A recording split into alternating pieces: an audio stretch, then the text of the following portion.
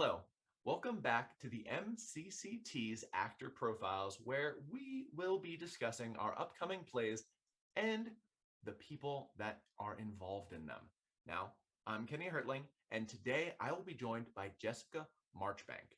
She plays Girl in the upcoming comedy Check Please by Jonathan Rand. Check Please follows a series of blind dates that couldn't get any worse. And then they do. Now, it will be performed online Saturday, May 29th at 7 p.m. and Sunday, May 30th at 7 p.m. You can get tickets at mcct.org. Now, without much further ado, here's Jessica Marchbank. Welcome to the dating show. Let's meet the contestants. Come on down. Just kidding. I know the show that you're in. Trying to be a little bit of funny as we're going through here. I've heard you have a unique sense of humor, and we're hoping to learn a little bit more about that this evening.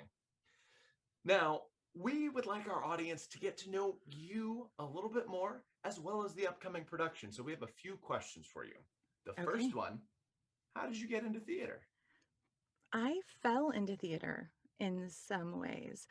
I'd always been kind of interested, but it wasn't until late in 2019 that I started doing some voice acting online, like relaxation and meditation stuff. But I was just recording on my phone and sending it to my friends. And then it got to be more and more like people were saying, "You're really good at this. You should try theater." And I was like, no, I don't think that's for me.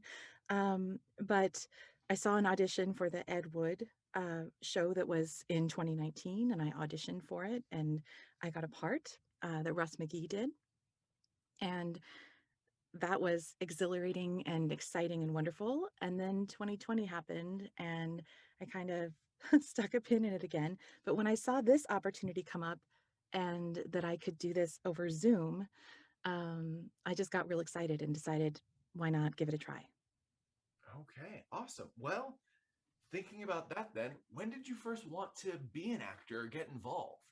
Earliest memories. Earliest memories, I wanted to be an actor, but my parents were very like, well, honey, you need to have a backup, like from the time I was 5. So I did some school plays here and there, but I just kind of stuck on the sidelines. Um, and then for high school, I went to a magnet school in Kansas City that was designed around the arts. It was a visual and performing arts magnet school. And I double majored in vocal music, singing, and piano, and also in creative writing. There was this amazing theater program. But again, I was sort of like, oh, I don't know. I don't think that's really for me. Um, until one day at the in the cafeteria, there was a mime troupe at my high school, and someone from the troupe came over and said, "We've been watching you, and has anyone ever told you you have a ridiculously overexpressive face?" And I was like, "What?" Um, and they suggested that I become a mime in the mime troupe. And I thought, well, that's not really acting. I can probably do that. It's just being goofy. And so I was a mime for about a year. But otherwise, I just kind of shied away from the theater opportunities really until very recently. Really, the mime experience was actually sort of my first little taste, and then, um, well, goodness, this is going back many years now because I am 43 years old. But my senior year in high school, I did finally go out for a play, and I got the lead in Arsenic and Old Lace, which was wonderful. Except that the boy who played the Mortimer, my fiance, hated me. I had my first on stage kisses that were awful, but I really loved it too. And ever since then, I mean, that's going back to the year 1996. I've always wanted to do more theater, but I just really haven't. Well, we're glad that you were able to find the time in 2019 and that led you straight to us with this. So, Yeah. thinking about theater as a whole and this particular aspect, have you been preparing for your role, particularly over Zoom? Well, I've been using Zoom for my work for 4 years because I work for a nonprofit that is a distributed organization. So I have colleagues in Ohio and California and Texas. So we use Zoom almost every day. And then on the dating side, I'm recently divorced. So this sort of is like the perfect merging of dating and Zoom. And I felt like, oh, I know about bad first dates and I know about Zoom. I can probably do this. What do you hope the audiences might take away from the show? Well, dating stories, I think, are always relevant because no matter where we are in our lives, whatever stage we're at in our lives, almost everyone can identify with a blind date or a bad first date experience. And and sometimes, especially over the last year, with the changes that we've had in our lives, some of them can probably relate to doing some bad first dates via Zoom. And I think at its core, it's just funny. I think it sort of brings a lighthearted approach to some dating scenarios that could really go wrong in a much worse way.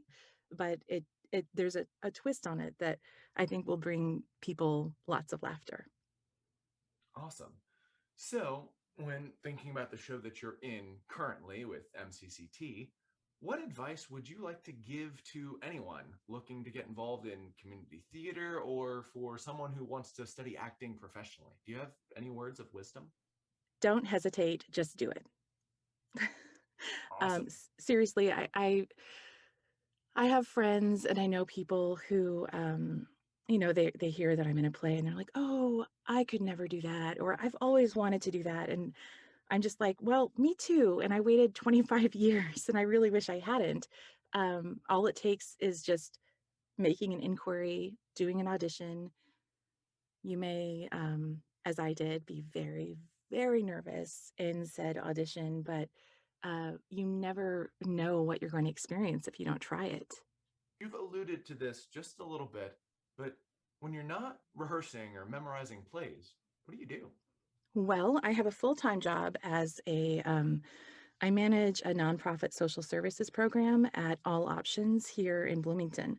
And it's a pregnancy resource center. And my particular program involves diapers. Yeah, I talk about diapers a lot. And that is family friendly, as it's about as family friendly as it gets. So, that's actually what I just came from doing today. Um, I personally distribute about 10,000 diapers per month to local families in Bloomington.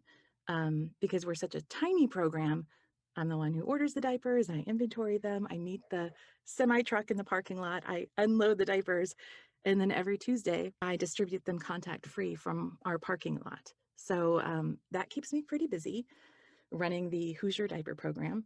And I love that. I love being able to support local families who are really, really in need of lots of essential services and supplies. And then I'm also a single mom, so I'm always chasing my boys around. And when they're not with me, then I'm locked in this little padded room. It's 4 feet by 4 feet on the outside, not on the inside. And I lock myself in here and I narrate audiobooks, which is a fairly new thing for me also. My fourth book just hit Audible late last night. And I do like relaxation audios and a little bit of ASMR and that kind of thing too. I lock myself in here every chance I get. Okay, awesome. Well, thank you so much for sharing all that with us about you and everything that's going on. So we're hoping that people will be able to come out and support us. So, uh, Jessica, why don't you tell them how they can come see the show? Oh, you can come see it. It will be performed online Saturday, May 29th at 7 p.m. and Sunday, May 30th at 7 p.m. And you can get tickets at www.mcct.org. Awesome. Thank you so much for joining us, Jessica. And thank you, audience members, for viewing this with us. We hope you all have a wonderful time and come to see the show. See ya. Come see us.